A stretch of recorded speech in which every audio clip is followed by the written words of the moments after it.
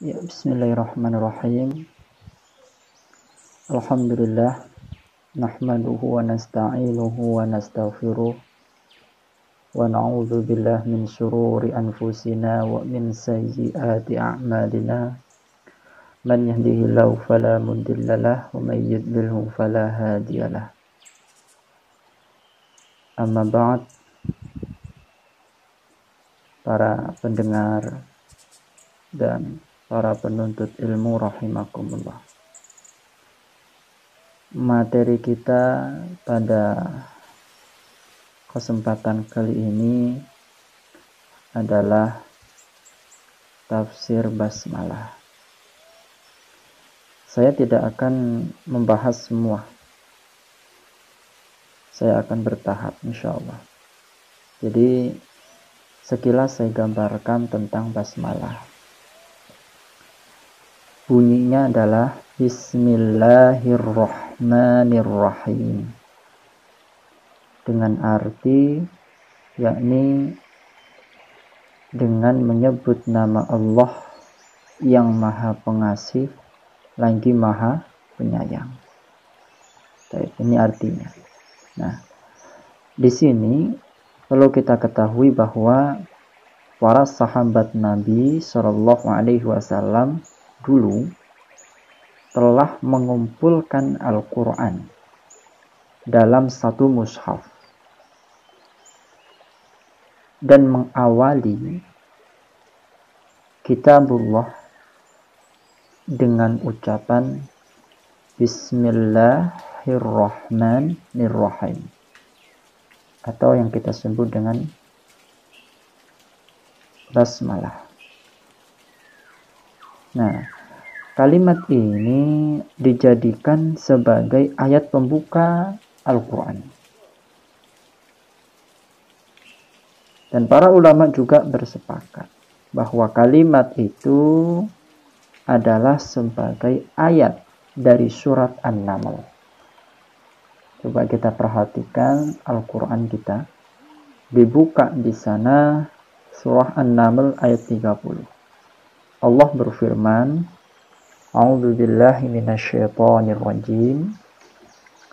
Innahu min Sulaiman wa innahu bismillahirrahmanirrahim. Arti daripada ayat itu adalah sesungguhnya surat itu dari Sulaiman dan sesungguhnya isinya Bismillahirrahmanirrahim, dengan menyebut nama Allah yang Maha Pengasih lagi Maha Penyayang. Ini artinya. Lalu kemudian mereka berpendapat berbeda-beda. Mereka ini adalah para sahabat Nabi Shallallahu Alaihi Wasallam. Apakah basmalah adalah ayat yang berdiri sendiri di awal setiap surat, atau apakah ia termasuk bagian dari setiap surat? Nah, terbagi menjadi 3 pendapat gitu ya. Pendapat yang pertama mengatakan bahwa basmalah adalah merupakan ayat dari setiap surat kecuali surah At-Taubah atau surah Baro'ah. Nah, pendapat ini diriwayatkan dari Ibnu Abbas, begitu juga Ibnu Umar, Ibnu Az-Zubair, termasuk Abu Hurairah dan Ali bin Abi Thalib. Ini dari kalangan para sahabat.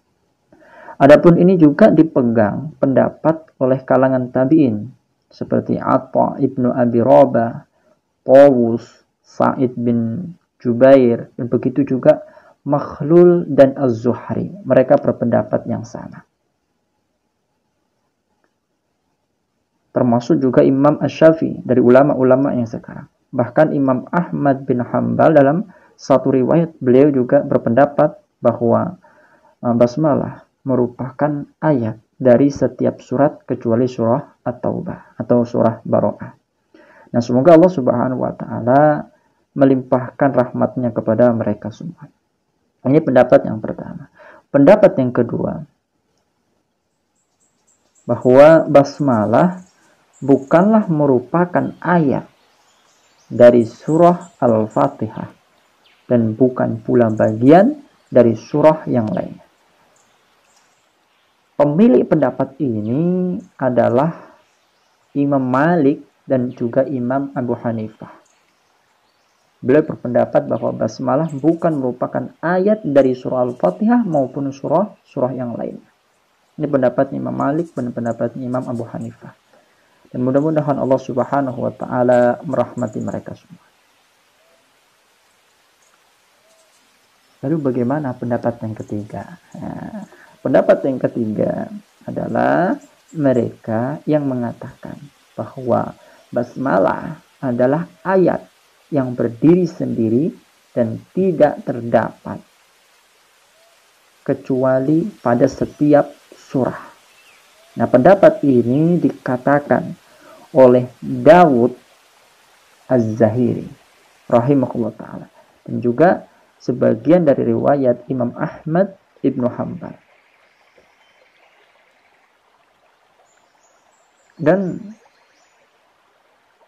sebagian para ulama terkait pendapat-pendapat itu, 3 pendapat yang tadi kita sebut, mereka lebih condong kepada pendapat yang nomor 3 yang terakhir, yakni bahwa basmalah adalah ayat yang berdiri sendiri dan terdapat pada awal setiap surah. Ini pendapat yang paling dipegang ya oleh banyaknya para ulama-ulama masa kini. Wallahu ta'ala alam bisawab. Inilah tafsir pendek ya basmalah. Insyaallah kita besok akan melanjutkan tentang apakah basmalah memiliki arti tersendiri. Tentunya ada kenapa basmalah itu menjadi awal pada setiap surat, tentunya ada. Dan insyaallah akan kita bahas berikutnya. Barakallahu li wa lakum wa risailal muslimin wastaghfir li dzanbi wa jazakumullahu khairan katsira.